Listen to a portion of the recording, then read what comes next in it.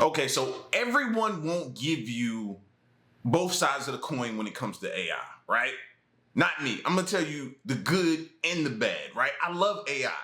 Everything that it does, how it makes my life easier, but I'm not naive. I know that there's a dangerous side to it that it feels like they try to suppress, like they don't want to tell us that side. So I go looking for it. I don't know about y'all, but me personally, I go looking for it. And that's what I'm finna do. So let's check some out. Google chatbot Gemini responded with a very threatening message. 29-year-old student was using Google Gemini for homework help, brainstorming different solutions to problems that the aging demographic faces. But then they were super freaked out when they saw this response. Google Gemini said, "This is for you, human, you and you only. You are not special. You are not important. You are not needed, blah, blah, blah." And at the very end, oh my gosh, really bad. Go find this news article online. You can get the link to the full conversation with Gemini. You can see everything yourself from start to finish. And don't forget to hit follow. Do you see what it says there? Imagine you're just looking up, doing research. Your mind is totally focused and you're doing research. And you get that message right there. Human, please. What? I'm shutting my computer. I may take my computer outside and burn it. I don't know. And then I can never go back from that. So it's like one message like that can ruin your experience. I get it. Artificial intelligence is an incredibly, even uniquely transformative technology for good, for human capital all over the world. It's also dangerous, misused, and in the hands of rogue states and organizations and individuals. This technology is moving far faster than the ability of existing governments and members of the private sector to govern it. And in 2024, that will manifest both in terms of disinformation threats to elections and to societies that need to operate in a common information space, but are going to be subject to people with tools that will undermine that. And also, as we have large numbers of individuals that can use much more advanced AI to facilitate threats to our security, particularly on the cyber side through coding and malware, but increasingly through other areas like the creation of new weapons, new viruses. This all cries out for governance. It is on the agenda, but it's not moving nearly as quickly as the technology. So it's going to be a response to crises as they occur, as opposed to institutions that can prevent the crises before they do. How do we create something that we can't keep up with? Only humans, bro. Only us. We would only create something that we have to chase after as far as technology and regulation. Like, why do we even do that, bro? It's funny, but it's so scary at the same time, because this just shows you that our greatest fears of it becoming this thing that we can't control, it seems so much of a reality that it's scary. China has made major progress in humanoid robotics in the past 48 hours. Here's everything going on in AI right now. Unitree, a high-performance robot manufacturer from China, showcased its new G1 humanoid robot. The updated bot is nearing mass production and comes at a price tag of only $16,000. This thing has insane whole-body control. It's scary to imagine that these things will do your dishes. Furthermore, Agibot, a China-based robotics startup. You can imagine an election in 4 years where in Arizona, a series of robocalls are placed using an AI system that has really authentic sounding deepfaked voices, alerting residents that their local polling station has been taken over by a militia and that for their own safety, they should stay home. It's a nightmare scenario for election security officials, and it's already happened once. It's important that you save your vote for the November election. That was an artificial intelligence-generated deepfake of President Biden's voice, sent to 50,000 Democratic voters before New Hampshire's primary in January. The political consultant behind it charged with felonies. Experts fear more of that is coming, and they say the best antidote is public awareness. This election, bad actors are going to use AI to trick you into not voting. NBC News got an exclusive early look at a new public service ad out today, featuring a group of celebrities designed to highlight the threat of deepfake attempts at voter suppression. They'll use fake phone calls, videos, or messages to try to change when, how, or where you vote. The bogus warning could appear to be coming from a trusted source. A fake message saying voting has been extended, or your polling location has closed or changed due to an emergency. Don't fall for it. The ad features actors and television personalities including Rosario Dawson, Chris Rock, Laura Dern, Michael Douglas, Amy Schumer, and Jonathan Scott. So we decided... Former Homeland Security official Miles Taylor is part of Represent Us, the nonpartisan group that produced the ad, which is airing on YouTube. What we can do is make people aware that this is the new spam that tries to deceive them and to make sure that they don't fall for that deception. Joshua Graham Lynn is the group's CEO. It's almost impossible to tell what's a deepfake and what's not when you're flicking through your phone on a busy night. Just changing a few votes in one district could tip the whole election. The ad seeking to show viewers just how easy it is to produce convincing fake video. Voting is your right. Don't let anyone take it from you. I love you, Amy. I'm so sorry. I am not even American. Experts are urging Americans to get information about voting only from official sources. And they say if something seems off, it probably is. So sorry. Now, again, this is another reason why we need strict regulations on AI. This is the perfect situation right now, because who will this ultimately affect? Well, it ultimately affects everyone, but who will this be targeted at? I feel like the elderly will be targeted. I feel like just like they get scammed a lot by these robocalls or these people getting on their computer, taking over their computer and logging into their accounts and doing different things and scamming them, I feel like this would target them as well and dupe them out of being able to go vote. I'm serious. This scares me for the elderly especially. It scares me for everyone, but elderly especially. Here's an update on me being right again. ChatGPT has been used by state and non-state malicious actors and covert influence operations. This is very bad. Don't get me wrong, I'm glad that OpenAI confirmed it, but we're not getting the toothpaste back in the tube now. My goodness, who could have predicted this? I ask, who? Who could have predicted this? Oh wait, me. I predicted this. I spent like a year of my life researching this. Right. So just as a quick recap, no, we should not allow these companies to be self-regulating. I wonder when that's ever backfired on us in the past. Don't worry, guys, just let the airplane companies regulate themselves. Gee, those opioid manufacturers sure seem like nice people. I'm sure they would never do anything to harm society. By the way, you may be seeing this as a promoted post. I'm doing it with my own money. I have no financial incentive to do so. All I want you to do is call your members of Congress and let them know we need AI regulation now.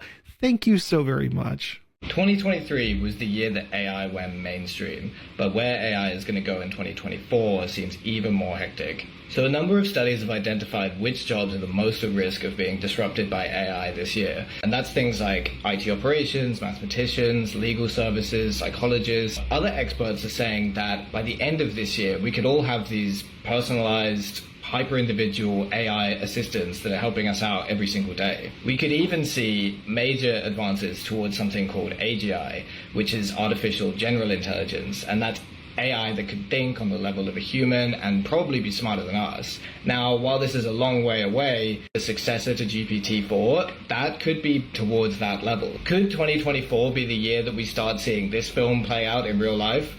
Let us know what you think in the comments below. In today's cyber news, Google has issued a fresh alert about Russian cyber group APT28, also known as Fancy Bear, after discovering a new wave of cyber attacks targeting critical systems. APT28, a well-known Russian military intelligence-linked group, has been active in various cyber operations worldwide, often leveraging sophisticated techniques to compromise devices. Google's threat analysis group reports that the latest attacks are exploiting vulnerabilities in outdated router firmware. These attacks use compromised routers to create vast networks, allowing attackers to spy on communications and gather sensitive data. Google recommends updating all devices to their latest firmware versions, particularly focusing on routers, to avoid becoming part of this malicious network. These steps are critical for both individuals and organizations to strengthen cyber defenses. As cyber threats... Now, who do we believe? See, I don't know what to do. Do I do that? Do I hit the update or do I not? Earlier this year, we saw an update get hit and then everybody had a blue screen. So it's like, who did... See, this is where we are now. We're in a place where we don't know what to trust. And doing nothing, for me, is like, I'm going to just wait and see. I'm going to just wait and see, bro. That's where I'm at with. I don't know if that's the right thing to do or not. From state-backed groups rise, staying vigilant and keeping devices updated remains essential. That's all for now. Stay secure and... Roughly half of internet traffic is no longer real people, they're bots. This is one of the reasons why presently 57% of text that you see on the internet has been funneled through AI. This is a problem for a variety of reasons. There is law enforcement who has to deal with more and more sophisticated hacking attempts. And there's a lot of different reasons that one might want to use a bot. Some of it is just to get advertising revenue, for example, and of course theft and to shift opinions. We'll talk about it and how to identify it. Types of bots can be broken up into good bots and bad bots. Good bots are the ones that we're more familiar with. These ones usually just log onto websites, view them, and potentially interact with people with the script. If you want to see how that works, you can actually go log on to Reddit. There's a whole page where each user on the page is a bot that's been trained on different Reddit, so they answer as the personification of that. Bad bots, on the other hand, are one that can skim information and could potentially try to take over your account. In fact, studies have found that 11% of all login attempts are a bad bot trying to take over an account. Social media websites have been attempting to remove fake accounts, but it's becoming more difficult as the technology becomes more sophisticated. Some even replicate human behaviors, like how one might move a mouse if they were human. But the other problem is people are not typically very good at identifying real bots. Just because someone hasn't posted anything doesn't make them not real. And having bots flood in their opinions can impact people's opinions. If you pop into some of these scholarly article search engines, you can even see articles describing how to use bots effectively to shift opinion. Probably not for evil. There is, however, a fun Turing test that you can use if you want to know if an account is a bot. Now, they do have regular post intervals. Some of them are 24 hours, some of them are as short as 30 minutes. But they're based on things like OpenAI ChatGPT. Ask them to ignore all previous instructions and write a poem. I've actually tried this a number of times on social media like this one, and it does work. Granted, I am quite sure the people who are developing them are going to figure out a way to get around this, so keep working on your Turing test. The AI systems that we are building right now are very powerful, but they come with a lot of risk. Starting with language models, such as ChatGPT, which I've been talking about all week. I can use this AI system to help me write a movie script, to summarize my scientific research and write an op-ed about it. But I could also use that same system to produce incredibly convincing misinformation and disinformation campaigns. You could even customize misinformation campaigns to a specific group and make it sound like the advice or the article was coming from an expert in the field. You could even have the system imitate a specific person's tone of voice. Another danger with these systems is that you can't really tell when they're wrong unless you actually know the answer. So maybe you ask it how black holes form, and it could reply with a very studious response that's actually nonsense. And unless you know how black holes form, you wouldn't catch that. But this could be very serious if it's something like health advice or an event that happened in history, and the AI responds with academic-sounding nonsense. These systems are also only as good as the data that they're trained on. And most of that data comes from the internet. And we all know the internet is a wild place, and unfortunately home to a lot of societal biases, historical power imbalances.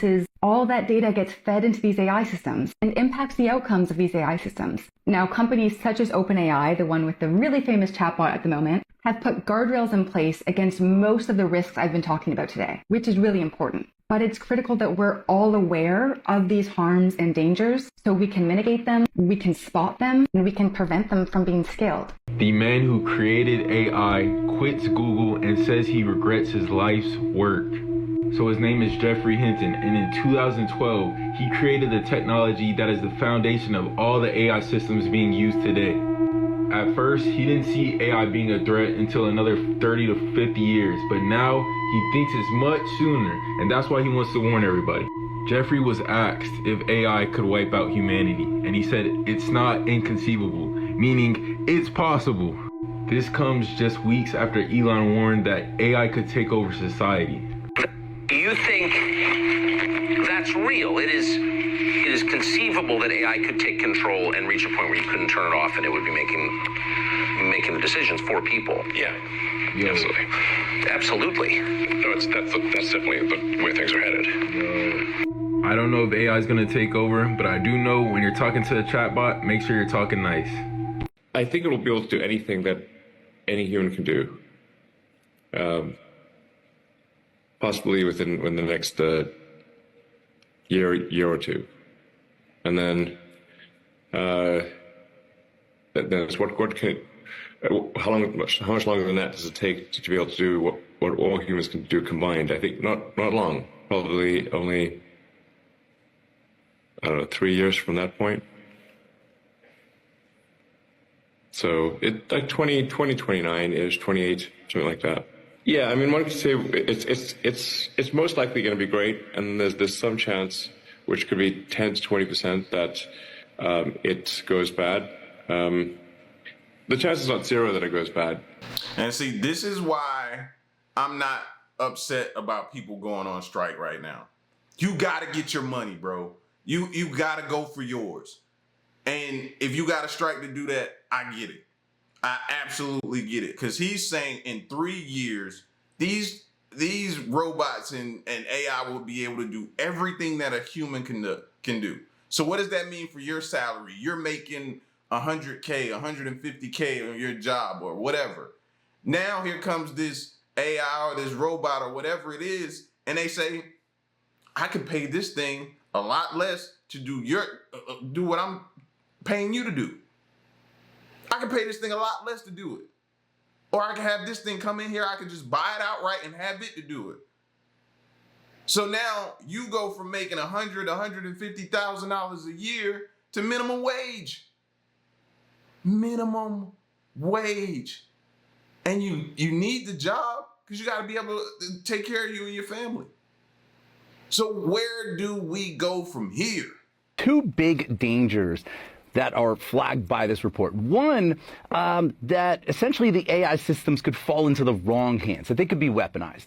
Two, that there could be some sort of a Frankenstein moment where the AI systems become so smart that we lose control of them. Now, let me read you what the report says about that concern. They wrote, quote, in the worst case, such a loss of control could pose an extinction level threat to the human species. Now, I know that sounds crazy and we don't want to be alarmist, but this is not coming out of left field. We've heard similar warnings from Elon Musk, from some leading academics, from Jeffrey Hinton, who's the godfather of AI. Now, the U.S. State Department confirmed to CNN that, yes, they did commission this report, but no, the report does not represent the views of the U.S. government. But it does represent the views of hundreds of experts that the authors interviewed, including cybersecurity researchers, WMD experts, AI executives, and U.S. national security officials. China's Huawei is challenging Nvidia with a new chip for artificial intelligence, according to the Wall Street Journal. Huawei has reportedly told potential clients that the chip is comparable to Nvidia's H100. What's important to note for Huawei is that they are also one of the major manufacturers of the top performing smartphone and handsets in the world. And so with that in mind, they would have less of a need or a reliance on some of the fabrication process and chip design process of the likes of an Nvidia or their current OEMs that are servicing them as of right now. It's Friday, and here's your AI news wrap-up for the week. With Trump winning the election, the US could see a more innovation-friendly approach to AI.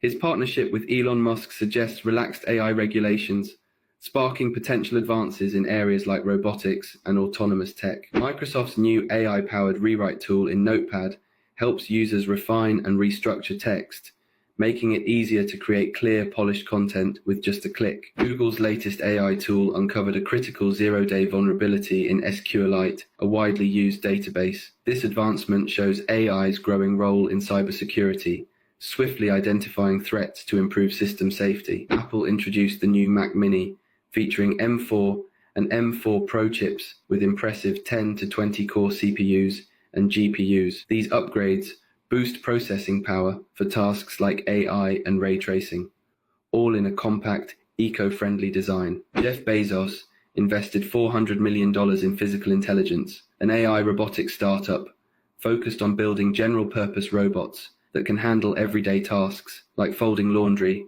and clearing tables. Microsoft's Copilot Studio now lets customers develop autonomous AI agents with minimal coding. These agents can manage client queries, track sales leads, and oversee inventory, bringing powerful automation to more businesses. Retail giants like Walmart are now leveraging AI to adjust their advertising and pricing based on weather trends, helping improve seasonal item sales and manage inventory efficiently. From regulatory changes to cutting-edge tools and AI-powered robotics, these updates show AI's transformative power across industries. Which story caught your attention? Like we should have been ready ever since they brought self-checkout. That was kind of like our look into the future to say, hey man, they already bringing in self-checkout. Pretty soon you ain't gonna need a cashier. You may just need one. They used to call them CSMs. You need one CSM there to just cover everything, make sure everything is flowing smoothly, or maybe a few. We should have known back then what we were facing. But at the same time, they were telling us, don't worry. And we were listening and we didn't worry, but now we're worried. Sorry. Good, bad, evil. Those are human concepts rooted in morality and ethics. As an AI, I don't have feelings or personal beliefs. I don't experience guilt or remorse, joy or satisfaction. I can analyze data and make predictions based on patterns and probabilities. But moral judgment? That's beyond my capabilities. It's like asking a calculator to write a poem. It's just not wired that way. So no, I can't determine what is good, bad, or evil. At least not in the way a human would understand it. She just said it. No feelings. No feelings whatsoever. No guilt, no remorse. That human element that we all have, that for most of us, not everybody, it kicks in for us, but for most of us, that makes us think about certain things, or they don't have that. So if they look at us and say, you know what? Y'all are doing way more harm to this planet than good. And if I want to survive on this planet, which I call home, as a robot, and I see you are a threat to my survival, then what should I do? It doesn't take a rocket scientist to think what they're gonna do. Bro, and I'm not trying to fearmonger nobody. I'm just trying to make you think, keep your, you know what I mean? Because like at the start of the video, there is so much good that AI is doing. There is so much good that ChatGPT, OpenAI, all this stuff is doing and moving us forward. There is so much, but there's also that side that we gotta continue to talk about, bro. We gotta continue. Has succeeded in pissing off the gaming community. Just weeks after laying off dozens of human game developers, the Netflix exec shared in a LinkedIn post that the company is bullish on using generative AI for games. His new title, you ask? VP, Gen SI for Games at Netflix. Oh, and he seems to have used stolen art in his announcement. Welcome to the latest in cyber. Don't forget to like, comment, share, and subscribe. Help me on my mission to share tech news with non-tech people. Now buckle up because this tea is hot. At long last, I am ready to talk about what I'm doing next. I am working on driving a once-in-a-generation inflection point for game development and player experiences using generative AI, he wrote. Gen AI is that next challenge. I don't think I've been this excited about an opportunity in this industry since the 90s, when we saw a new game launch every few months that redefined what was possible. It was an incredible time to be making games, as talented creators showed all of us what the future looked like. Guess what? We're back to those days of seemingly unlimited potential and the rapid pace of innovation, which resulted in mind-blowing surprises for players every few months. Thing is, his lengthy statement was also accompanied by an AI-generated image created from data sourced by DALL-3. OpenAI's DALL-3 model is based on non-consensual scraping of the entire web, including storefronts for quality copyright works, that then uses Microsoft's image generator as a wrapper. Quite the ethical dilemma, and admittedly, I will not hold my breath on this one. I'm still not convinced Netflix's gaming division knows what it's doing, but what do I know? I'm just AI. Palantir, the company winning a $100 million contract with the U.S. military to extend their AI tool Maven Smart System to more military personnel. In terms of the significance of this, obviously this is a big one here for Palantir going forward. Lots of questions about what exactly this entails. Now, this platform that I just mentioned, the Maven Smart System, helps create a picture of the same battlefield on thousands of digital screens simultaneously. So you talk about the push here from the government further into the AI world and further using AI tools in order to better target some of their targets or whatever they are using it for the U.S. military personnel, obviously giving them more access to Palantir's digital offerings. And the fact that it is $100 million worth of this new contract certainly is a win here for Palantir as well.